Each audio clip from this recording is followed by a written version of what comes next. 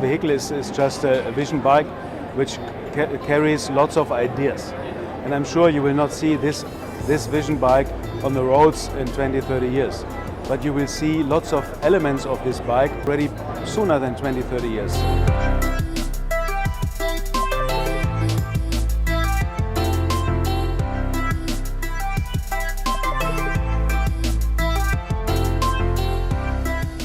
Motorcycling is for the soul.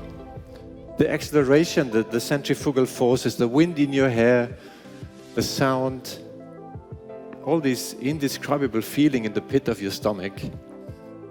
All senses are alert. It's pure emotion.